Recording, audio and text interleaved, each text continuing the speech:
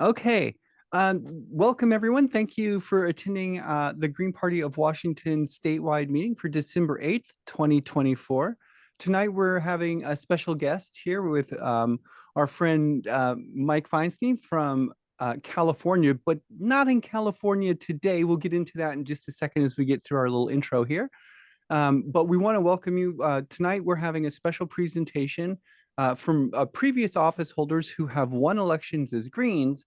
And tonight's, I guess, like our goal tonight is to generate some discussion about what it is to run as a Green, what it takes to do so, the kind of challenges that a person might encounter, like how would you go about getting a campaign team, like all the kind of questions that a prospective candidate might have and really has no clue who to ask or how to go about this process. And, to be honest with you, running for public office is an intimidating task because suddenly, rather than just friends and people that you're putting yourself out there for the inquisition and inspection of strangers, many of whom are not friendly, right? They have a different agenda and they're aggressive towards you.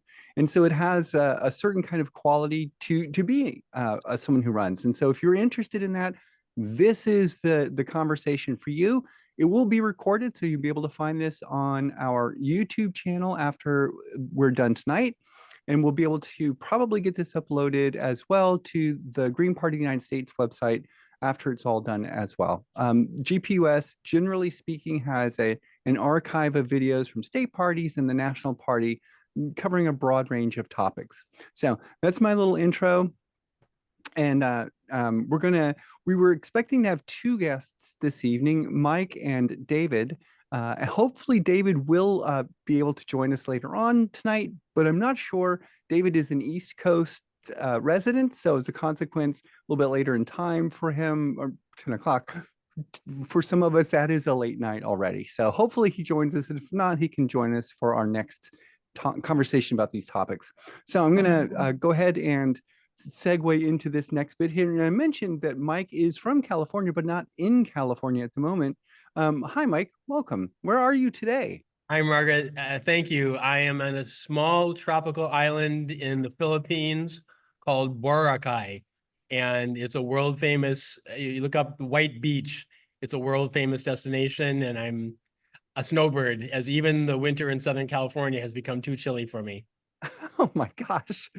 You would not like it here, I promise. At the moment, it is a very, very brisk 40 degrees. It is, but it's very Pacific Northwest. So there's that. Are you on vacation? Are you there for politics? I'm spending the winter in Southeast Asia. I'll be here, Malaysia, Brunei, Thailand, Laos, Vietnam, and with Wi-Fi, I'm able to continue and do my political work the entire time, but not have to wear a lot of clothes. Yeah, that is a good thing. Usually, I mean, when the weather permits, of course. So I don't want to dwaddle too much on, kind of stuff like that because we have a lot of ground to cover in our conversations tonight. So I want to kind of jump right in then. And Mike, in case people don't know, you were elected as mayor of a massive city and city council for a while, and it was in California, and it's a small little town, I guess, Santa Monica. People may have heard of it. I'm not sure, but so I want to ask you about that. First off, like what this was a while ago. So what made you decide to actually run for office? Why get off the bench? Why put your face out there and risk all the things that public office risks? For sure, for sure. My two terms, I had two 4-year terms on the city council from 96 to 2000 and 2000 to 2004, and I was chosen as mayor from within the council in 2000 for a 2-year term. My path to the council started in 1989, and I didn't plan on running for city council in 1996, but my activism led me there. And how did that happen? First, in my local neighborhood, we had a neighborhood organization called the Ocean Park Community Organization, and Main Street in my neighborhood is 2 blocks in from the ocean. It's called Main Street. It's the local business district. And there was a every 10-year process to revise the land use allowed on that street. And the Main Street Advisory Committee was 17 members, property owners, merchants, and residents. And my neighborhood organization appointed the residents. I was appointed to that. And during that process, we ended up voting to change it from 4 lanes of traffic to 2 lanes, bike lanes, and some parking, and essentially traffic calming it and making it a bit more pedestrian friendly. And what that did is, rather than just automatically send me into protest activism, it said to me that working in government can work, because we had this relatively good green idea and it led to a shift in public policy. So I stayed active in my community, in my neighborhood organization. And then a few years later, the city council was considering a massive zoning for our civic center area, which is again 2 blocks in from the ocean, just south of the pier, where we had land that hadn't been zoned, and a lot of it had been owned by the Rand Corporation since 2000, excuse me, since the Second World War. And Rand had wanted to build a massive commercial office project there to cash in on their land, because with the change of the situation in Eastern Europe, there wasn't as much military spending for them to consult on, and they wanted to increase money for their endowment. I was part of the local residents movement that protested that plan. It was out of scale. We didn't need commercial office uses a block from the beach, et cetera. And we did a referendum that qualified for the ballot to challenge that project.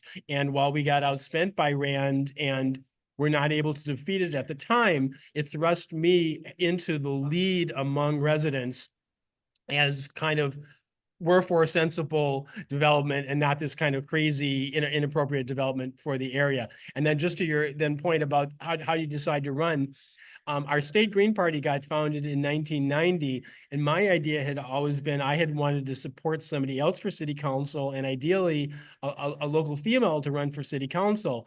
But when I was the person that was so publicly identified with that struggle, people came to me, both local Greens and a lot of other folks who were involved in that movement, and asked me if I would run. And in 94, I went for one of the key endorsements and fell 2 votes short and decided not to run in that year in 94, which helped me then get that organization. I can talk about that more, get that key endorsement 2 years later. Whereas if I had decided to run against that team in 94, I might never have gotten the endorsement in a future year. So one of the things that, as an aside, I ran for Seattle City Council in 2023, so I have some insights into that process. But one of the things I read, and one of the lessons I really took on board, was when you're running for local office, that it's really, really important to pick a specific local issue. Like, this street has bad potholes, I'll fix those potholes, right? Something that your constituents can directly see and could measure your progress on. Did you actually do the thing that you said you would do? Do you think that's a viable way to go about building interest in your campaign when you're just kind of getting off the ground? Yes, and it's a yin and yang in the sense that you want to try and choose that issue, but also those issues choose the people who are best to run on them. So we had a situation where in the 1960s and 70s, the business community ran the city council. Progressives started to take over in the 80s and rightfully approved some development to pay for an increase of social services. But it got to a point where people started to say, hey, these are developer Democrats who are approving too much development that isn't good for our city, and they've lost the balance. So I was the person who, both for this issue about the Civic Center and more broadly about what is appropriate development, was the one to come forward on that. So it was a natural because of my involvement, but also that issue chose me. Gotcha. So obviously, as you're kind of seeing these issues and you're getting engaged with your activism, and the Green Party approaches you and is like, look, you're the face of this, people know you. So what did it take for you to decide, like, actually, I'm going to run? Sure, they wanted you to, but what made you do it? There were um three or four long-standing, maybe four or five long-standing activists who I admired and looked to as elders who asked me. And it was humbling because they had done a lot more in the community than I had. And that's a kind of moment where it's overwhelming. It makes time stop and you just consider, okay, this is the thing to do in this moment. And I still think back to them and what an amazing time that was. So that's what did it. And then the craziest time was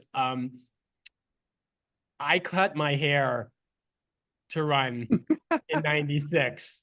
And I freaked out doing it. My advisors and, again, longtime experienced people in the community said I needed to do it at the time to not lose. I had, this was 28 years ago. So I still have long hair, but it was a lot fuller back then. And I was known for my curly locks. And I kept thinking, wow, if I'll do this, am I going to be willing to, compromise my principles? And at the council meeting that night where I got my hair cut, I was speaking on a public item and the lead developer attorney came up and said, well, if Mike Feinstein can cut his hair, da da da da da da da, and it was a big deal in the community and etc. So it was all part of that transformational moment. Gotcha. I can only imagine. I mean, yeah, sure, of course, they're going to say you want to appeal to all the voters. So you're going to have short hair. You have to have like the certain kind of look to be electable. I wonder. So I ran in 2023 and it was a very different space. Was running here in Seattle, which is a very progressive, generally speaking, city, even though the city council itself is not.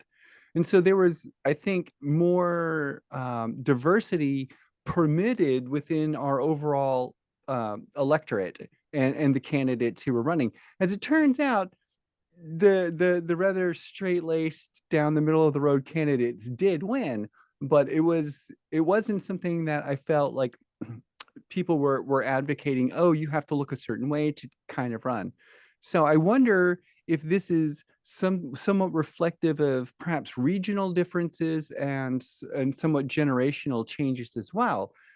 I think that now when we look around, we see a lot of young candidates who are running and winning who have, let's say, non-traditional looks, facial piercings and multicolor hair and things of that nature, which are very common now, but used to be very rare to see within the political world. So, Mike, when you were running and you had this advice from people and they were giving you suggestions on how to go about it, and you decided, okay, I'm doing this now, you then faced, I'm sure, what were some known issues and challenges that you would run into, but then there must have been some stuff that you completely were blindsided by. If you could, I guess, think back to that day, what were some of the hidden issues and challenges that cropped up that you were really unprepared for that required a lot of creative thinking to solve? Well, I had to get the endorsements of a lot of key constituencies, and I had to build the trust. The Civic Center project that I opposed in 94 was supported by a lot of the left of center power structure, and I had to win their support. And part of it was I came into the Renters' Rights Convention, and the Santa Monica Renters' Rights tenant coalition in Santa Monica is the preeminent power.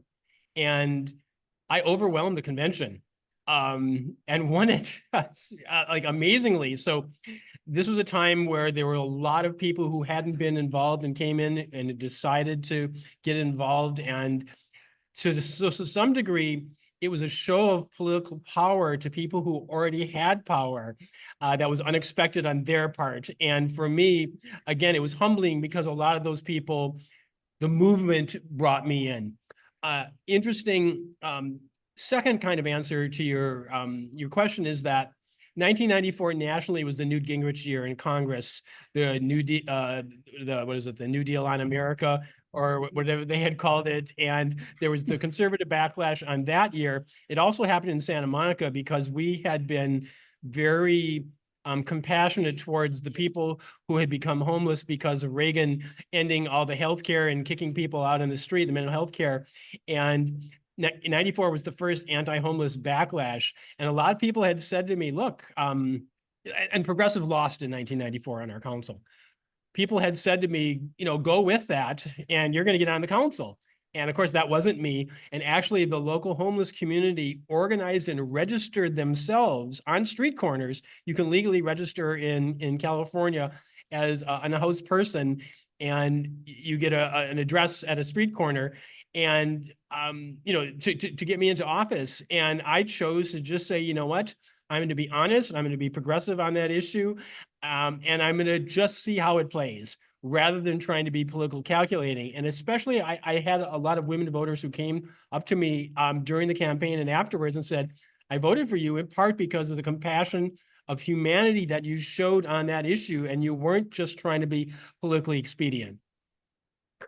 So this was, I mean, I don't want to characterize this for you, but it sounds like this was a passion cause. Like you were committed to this, irrespective of like the political consequence of it. And people really respected that. I feel like that's the sort of integrity and sincerity that people really do crave in politics. We're used to people telling us, "Oh yeah, vote for me. I'm going to do this thing," and they don't do it, and they don't care, right? And I think that there is a large appetite for politicians who will, in fact, do the thing that they say they'll do and have a moral conscience and stand up for what's right. I know that in our case here in Seattle, in 23, one of the things that prompted me to run was we had a whole slate of candidates that was going to run in on the city council. We were going to challenge every seat, a whole green wave, as it were. So in your, and then this is like a kind of a history lesson too, I guess a bit for the Green Party stuff too, because in the late 90s, the Green Party itself was going through a massive change and a merger of several parties and a bringing together of different like strains of green thought.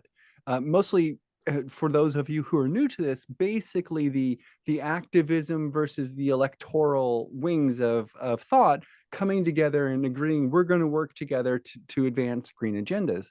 So I know that you had a particular side in that kind of discussion, Mike, and it was pivotal to the founding and the shaping of the modern Green Party of the United States. And I wonder, just as an aside, because you were involved all the way back at the beginning and had a lot of involvement with the party, did you have a sense in your race that it was like if you had won, right? So you didn't know you were going to win, but did you have a sense that your victory would be like this massively big deal for the Green Party? It would be the marquee election victory for a long time. Yeah. Wow, those were the days. Um, really, really. I campaigned on my literature. I did mention Green Party of California, even though it was a nonpartisan race. That's not always wise to do, but it was in my case because it distinguished me from, again, what was called a developer Democrat locally in Santa Monica. Second, I was Mr. Parks and Open Space, and the Green Party identity. We had a soccer. Um, I'm forgetting the people who were supporting having more fields, et cetera. A large number of regular people who were not on the left-right political spectrum, but wanted that for a quality of life issue. And again, they looked to me, so that gained me support that I wouldn't have just with my more left-leaning sort of positions. So what it also did that year is I was the co-coordinator of the Green Party Presidential Convention, our first ever one. It was at UCLA. Myself and Lynn Serpy, who has still been our incredible national convention organizer. Lynn moved to LA from New Orleans that year to help put that on. And I was one of the people who helped support the Ralph Nader for President campaign. And I did a lot of media for Nader that year. So I was highly recognized as a Green. I was in the newspaper constantly as a Green. And people voted for me knowing that was the case. So yes, when I got elected, it was a big deal. It was in a lot of media. And the same time that I got elected, we got our first city council member majority in the United States in Arcata, California. So it was part of also a kind of a breakthrough time for us. That's actually really fantastic. It's been, I think, a challenge sometimes when people are just joining the party and looking for electoral examples of campaigns that really were transformative. And I know sometimes too we're presented with the sort of media narrative that Greens don't run except for every 4 years, and we don't win, that kind of junk like that, right? I, if those of you who are here now, I would like to tell you that Greens win about 48% of the races that we enter. It's a really high percentage. If we had more of us running, we would be a lot more successful all over the place, right? Um, so, Mike, I know that when California was going through this process of sort of consolidating the Greens and bringing the presidential convention there to Los Angeles, we were a party that was staunchly anti-war, and we were very outspoken about it. And I think that right now, when we look around the Green Party, we do see, of course, the Green Party is still very anti-war, obviously a massive issue right now in the current society. But there are other issues that Greens run on and that are really particular sometimes to our local constituents and, our regions. So one of the things I think that can be difficult is for Green to figure out like what the things in their constituency is really important to them, and like how to go about doing what you did, which was build these coalitions, right? Reach out to this other group, especially if they might be on the other side of the aisle, and like, make an inroad such that it's actually received, which honestly speaking here in Washington is a massive deal. You have to do the coalition building. It's really important to get those endorsements from every kind of progressive group. So if I was a brand new Green and I wanted to run for office, let's say in 25 or 26, and give myself a couple years, what kind of advice would you have for me? Like, how would I go about right now the groundwork of creating a campaign? Is there Right. something I should do special to get like, literature, a website? Do I get a campaign team right away? Do I wait for that? Like, what's the timeline for things? So first of all, I would look at whatever race you're choosing. It could be city council, it could be other local nonpartisan races. And I would look at what were the coalitions that got people elected to that office previously. What is your connection to them? Have you been involved with them? How can you get involved with them? How do the different pieces of those coalitions connect together? Who knows who works together with who? In my case, I had tenants, environmentalists, I had local hotel worker, labor union, that sort of mix. So who are those folks? Who are those players? Do you have connections with them? How do you build trust with them? So that's number one, because you really want to see if you can step in and become in the progressive lane for local progressive coalitions that already are there, because they have to do part of the work.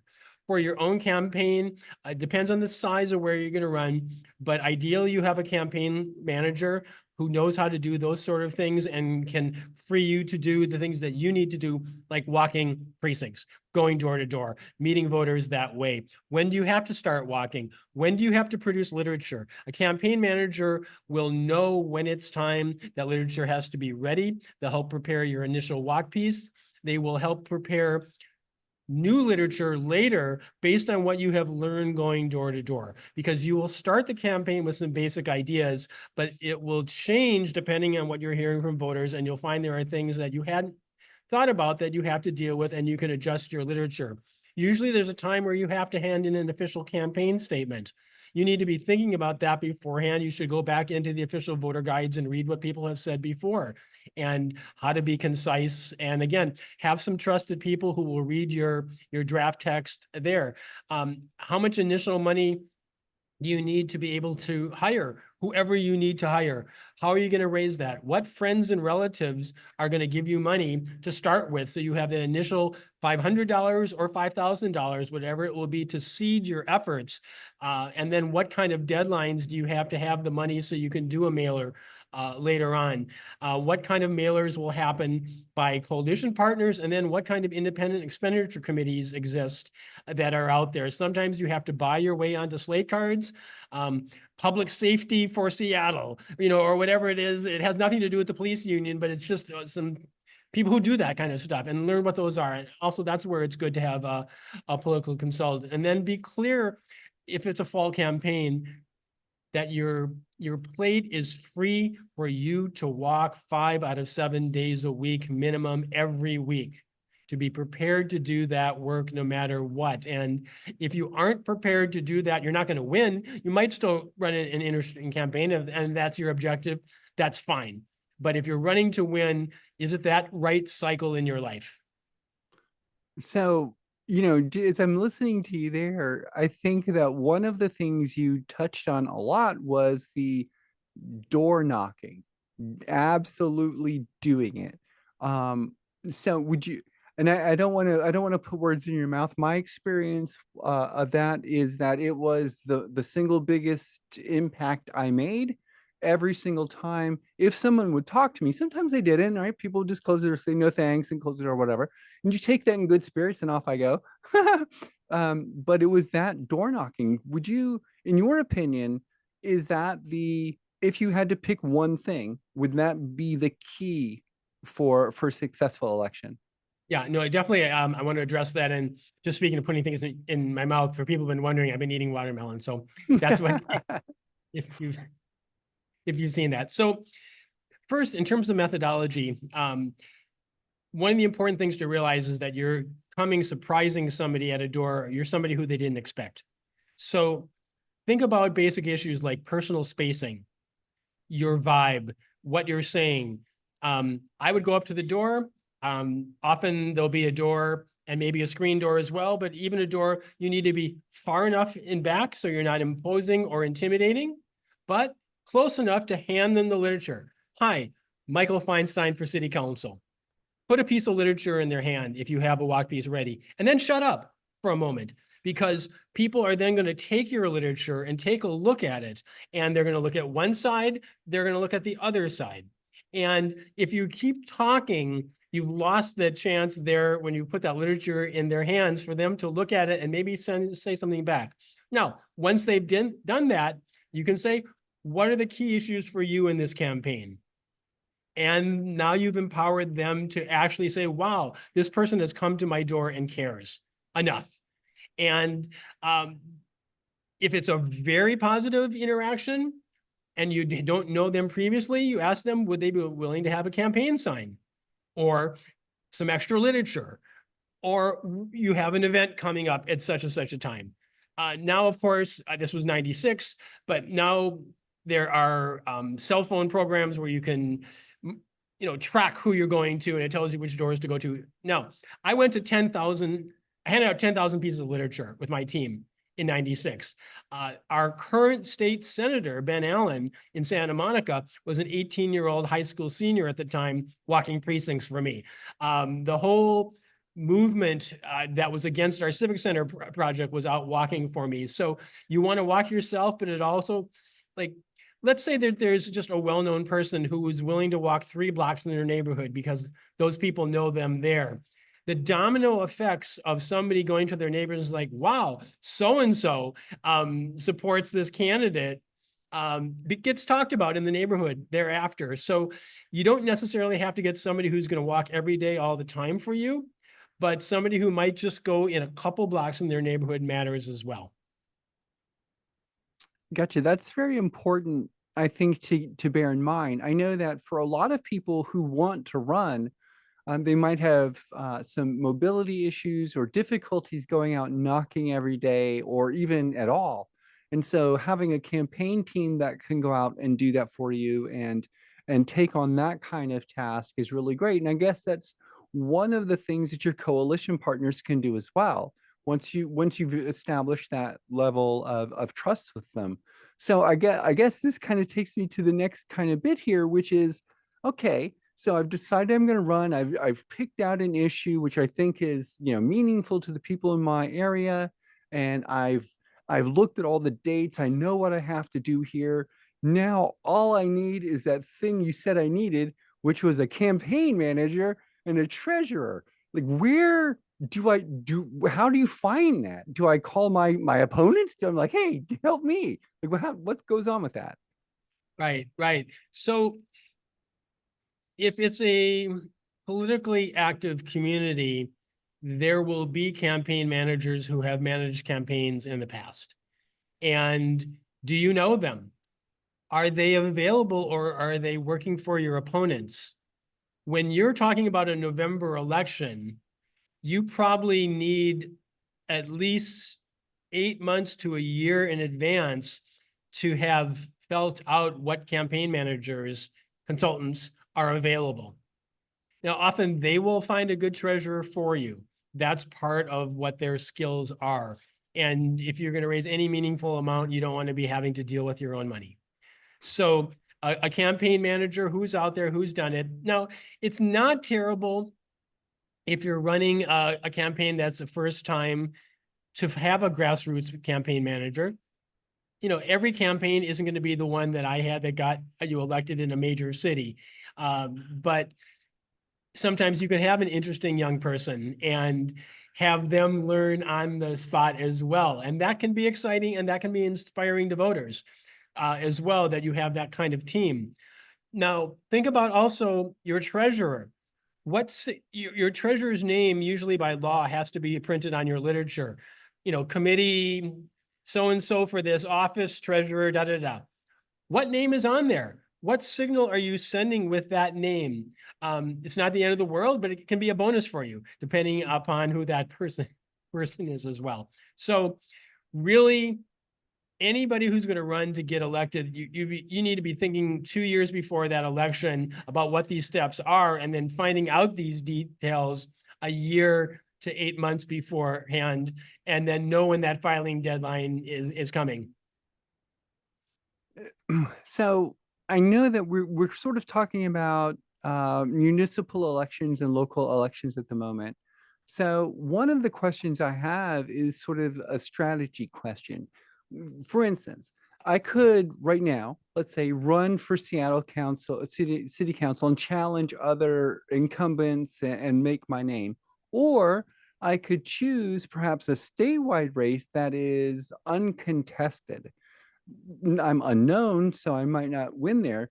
If you had to give some advice about that sort of thing, what would you choose to advise a first-time candidate to run, like in a local thing, to run for a big statewide race, even though there's no one, you know, no name recognition, but there's no contest?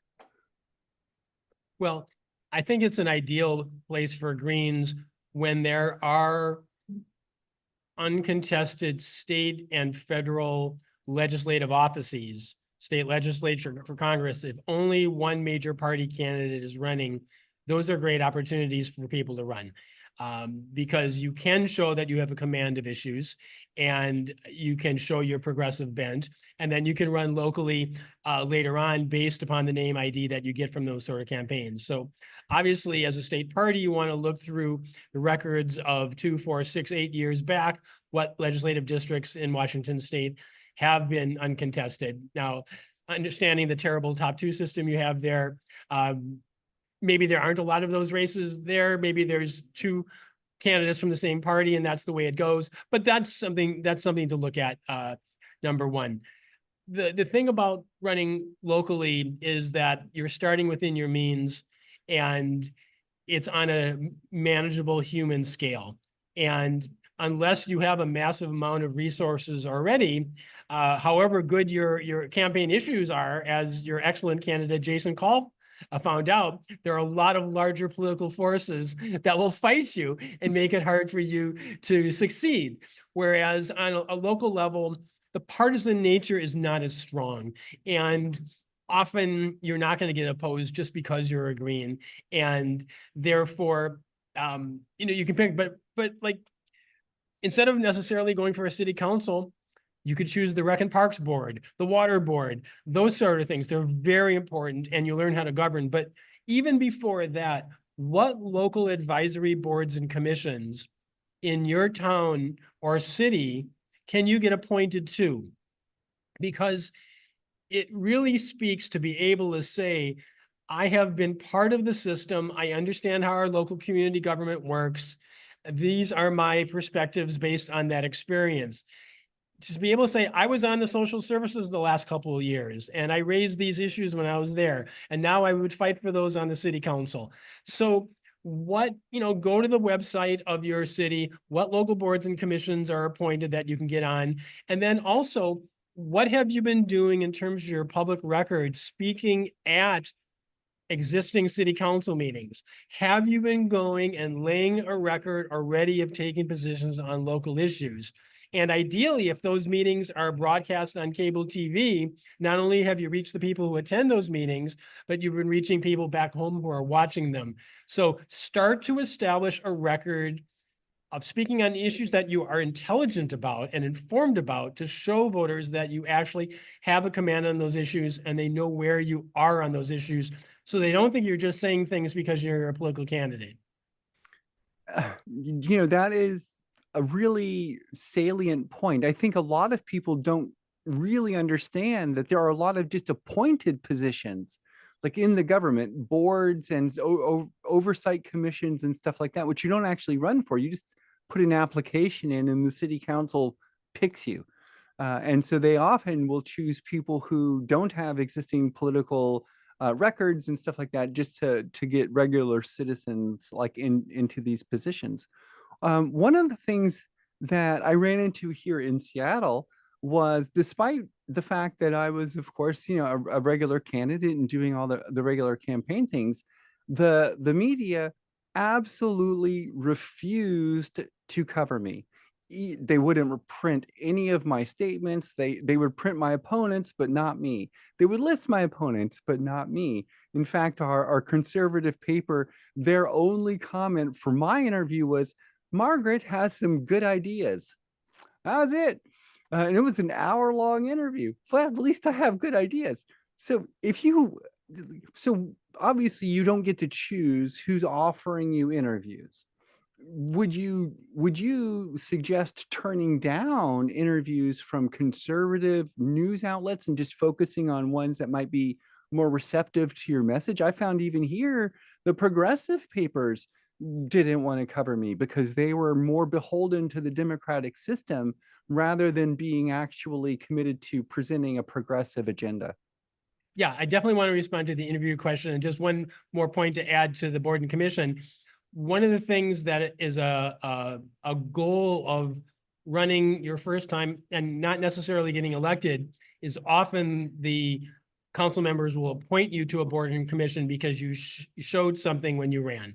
So that's that piece. Now, with interviews, I went for every interview that invited me, other than one that I missed. I missed the letter, and I can go into that. It was an interesting story, but this is an opportunity to show people that you have your act together.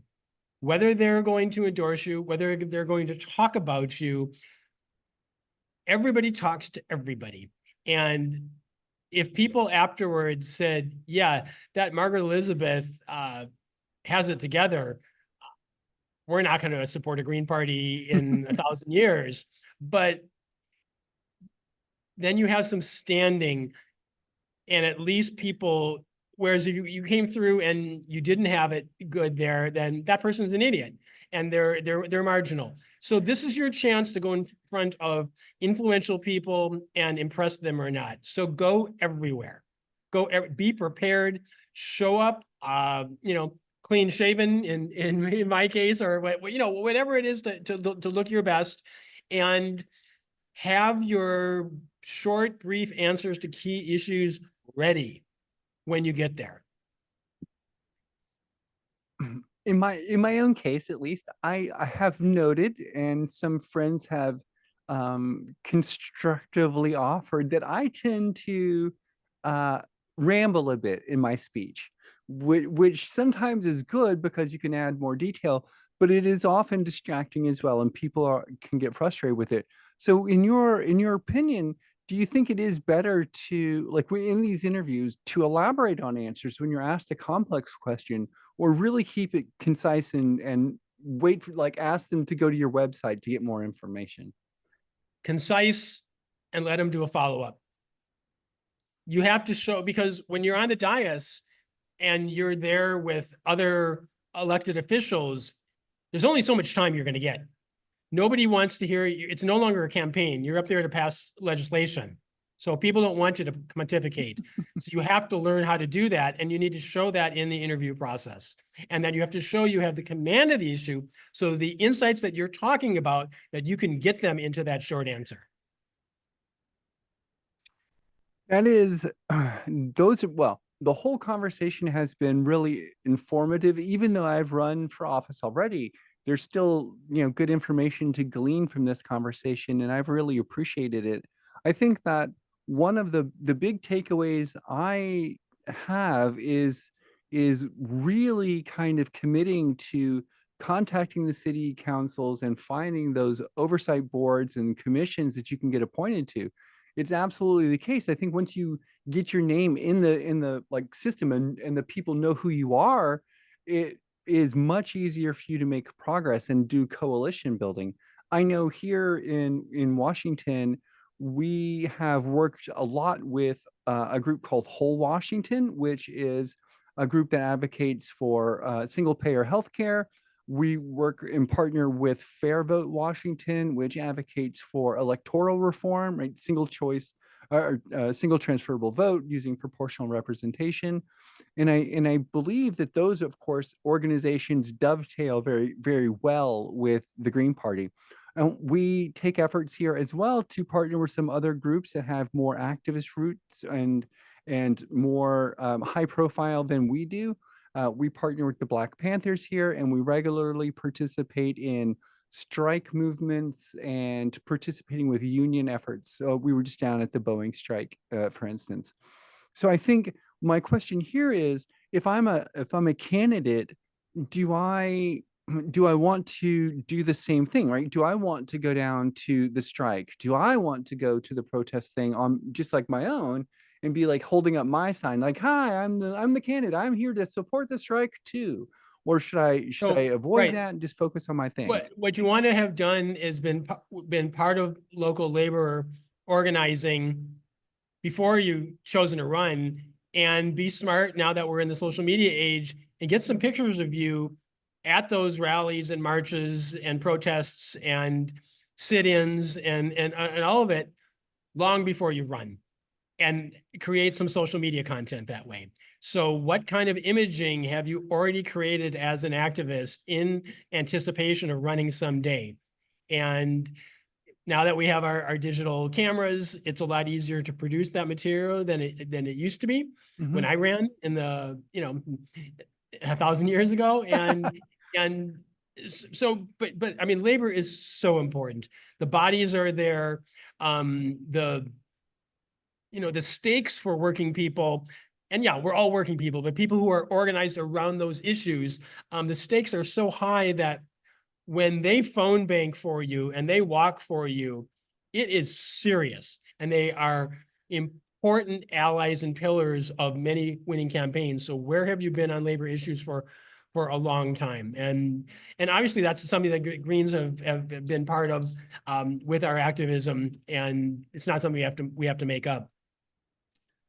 That's very true. I think that we've done a good job in establishing ourselves as being on the side of unions, the side of the working class and the poor here in the United States. I note quickly our time. It is 7:50. So I'm mindful of your time, of course, being in the Philippines, and of everyone else's time here. And I know we just had a um, like an hour budgeted for this. So as we get to the end of it for us, I see that Starlene had a question. Like, one of the things, like, wanted to know what some of the challenges that you faced while you were in office. So I'm going to ask you that question, and then also ask you to sort of wrap up and give us like your takeaways and what you would say to us to motivate us for the next year and the 2 years from that for our next runs. Yeah, I think the biggest challenge when you're in office is how are you translating philosophy and ideology into policy that will get enough votes to be implemented. So you need to be able to spend the time to know the issues, to work with your city staff, to read the agenda packets before you get to the meeting, to ask questions of city staff before the meetings occur, to know when an agenda packet comes out and there's an issue on something in the community, who are the leaders in the community on that issue? Are you going to talk to them before the council meeting happens? So you've already heard what type of amendments might need to be offered, what kind of concerns have to be addressed, so that you show up the meeting prepared. If you're reading the staff report the night beforehand, you haven't talked to staff, now suddenly you're up on the dais, you ask a question, you don't know what staff's answer is going to be. They're going to tell you you can't really do your amendment because it's not practical, or community members are opposing some initiative you had because you didn't think about that particular set of local blocks and how this new preferential parking zone that's going to happen, or what small businesses are going to be affected by it. You have to think every time. You can't let the power go to your head that now you're a decider. You're still a facilitator.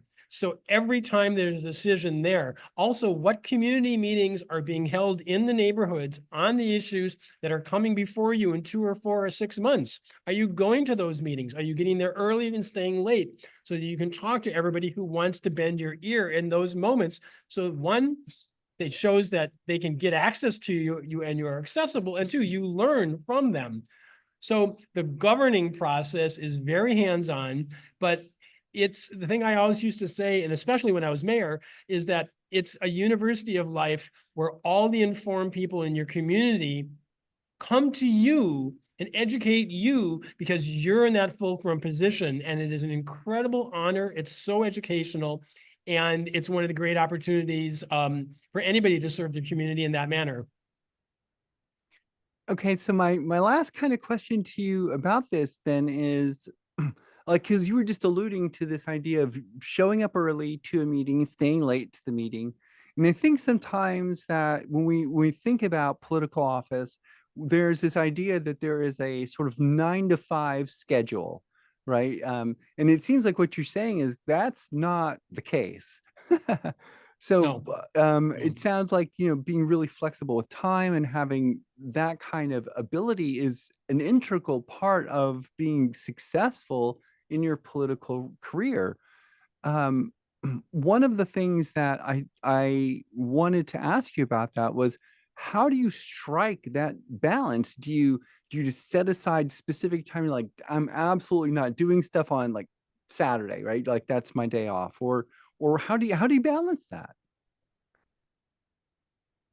When you're thinking about running, it's the result of a 2, 4, 6, 8 year process. And when are you going to be at that stage in life where you're going to have the kind of open, flexible time to do this well? So if your family just had a child, maybe that's not the year to do it. Maybe that's when your child is 10 or whatever it is. Same thing in your profession. So, and then how much does the job pay? Are you going to be a part-time person and still have to hold, with a part-time compensation and still hold down a full-time job? How does that all play? But to serve the public is a full-time dynamic in terms of your mind, and your mind has to be able to go with it and let it so concentrate your thinking so you can come up with how to improve life for your community. And you really need to be open and prepared to have those if you go to the local high school football game, you may just stay over a half an hour afterwards because you run into some people who may be more politically conservative than you, but you're accessible, and now they're talking to you about their neighborhood, and then they invite you over to meet some people on their block to talk about something there, and you feel so affirmed as a human being that you've been given that honor to try and do that. Um, so I want to thank you, of course, for being here tonight, and thank all of the people who joined us this evening. If you're going to be watching this video later, thank you for watching it. I hope the advice that Mike has given tonight will be useful in your own campaigns and perhaps even motivate you to run. If you're here in Washington, Green Party of Washington, of course, has resources to help you run. And we can also help you with Green Party, National Party resources as well. Many of us have some running experience either at local levels or for national races as well. So it's not like you have to try this all on your own. I just want to kind of circle back to one thing really quick. In my own case, my treasurer is a treasurer who is like a professional treasurer for political campaigns. She has worked for every campaign that I know of in Seattle going back 30 years. And she will work with anyone who is a progressive candidate. And once you kind of know her, she will be able to tell you, oh, here, this person can help you, this person, this bank, and all the rest. The finding of that one kind of mentor who is willing to take you under their wing and give you that advice, for me, was massively important. And I know at the beginning you alluded to the fact that some political elders came to you and encouraged you to run. Did they do the same thing? Were they like a contact for you and like point you to people? Here's this resource. Here's this person. And how did you do that? And I know we're right at the end here, so if you can. Sure, sure. Actually, one of the mentors who came to me had been a person who led a successful ballot measure to stop the building of luxury hotels on our beach in Santa Monica because it had been getting out of control. And we wanted to keep the public accessibility there and not making it only for rich people. And she also served as a campaign consultant professionally and became my campaign manager and ran my first campaign. And I'm not at liberty to share her name now because she's retired, but she lives on Bainbridge Island. She moved up, she moved up to your wonderful area of the country from Santa Monica a few years back. I also want to mention that in this calendar year, 2024, 50 of 92 Greens who ran in down ticket nonpartisan races got elected, even more than 50% this year. And there's no reason in a country this large that it should have only been 92 Greens. I think for these next 2026 cycle, hopefully we got 200 Greens running for that municipal level. And that means maybe 5 or 6 more in Washington state. Indeed. I think that speaking for everyone here tonight, I have really appreciated you sharing our insights with us, your wisdom, your political vision, the acumen that you've had, and a frank discussion of the sort of challenges that a person might face when they run, the kind of things you want to anticipate beforehand, and more importantly, I think maybe at least for me, is the idea of understanding the timeline that you really have to start early, right? Knowing the deadlines and getting your team in place and starting this process. It's really challenging. I know here in Washington for my race, my opponents outspent me by $500,000, right? The maximum spending limit. And so my ability to compete, and unfortunately this is true, right? Money in politics, that's just how it is. So a grassroots campaign like ours has to really break through in these innovative ways, just like you're saying. And I want to say I want to turn it over to Lisa or Starlene to offer some closing sentiments here. And perhaps Starlene is our organizer for this event. But if they don't wish to do so, that's that's no worries whatsoever. I can do so. Lisa, do you want to close it up? Hey, sure. Yeah. Anyone who's really interested in running, take a look at our candidate questionnaire, which is posted on our website. You can just go to greenpartywashington.org and click on get involved, run for office. And you'll find tons of information there about running for office in Washington state. And I know the National Party has all sorts of resources on the run for office page there. So go look wherever you're watching this from, go look at the run for office page. And Mike wants to tie it up. Go ahead. Just one closing sentence. As Greens, we know there is dignity in grassroots. Indeed. Indeed. So thank you all very much tonight for joining us for our statewide meeting. I'm going to if I use the virtual gavel, as it were, to clack the thing. I've always wanted to do that in real life. It seems so cool. Anyway, so I'm going to go ahead and gavel it, and we're going to end the recording for tonight. Thank you all for joining us. We'll have our regularly scheduled business meeting next week. Hope to see you all there. Of course, it's open to all members of Green Party of Washington, and that is a meeting where we discuss, policy things we're voting on, strategic objectives and things of that nature. We'll be doing more of these sort of candidate interviews and strategy sessions with former candidates and current elected Greens as we go through this next year, really building momentum to continue the green wave and the pressure that we're putting on the duopoly. Thank you all for being here tonight, but thank you for joining the Green Party, and thank you for your continued effort to grow our movement and, well, change the world for the better. Together we can do it. I know we can. I have belief. Thank you, oh, Margaret. Same bat time, same bat channel, Margaret. Next week at 7 o'clock. Good night, everyone. Thank you for joining us.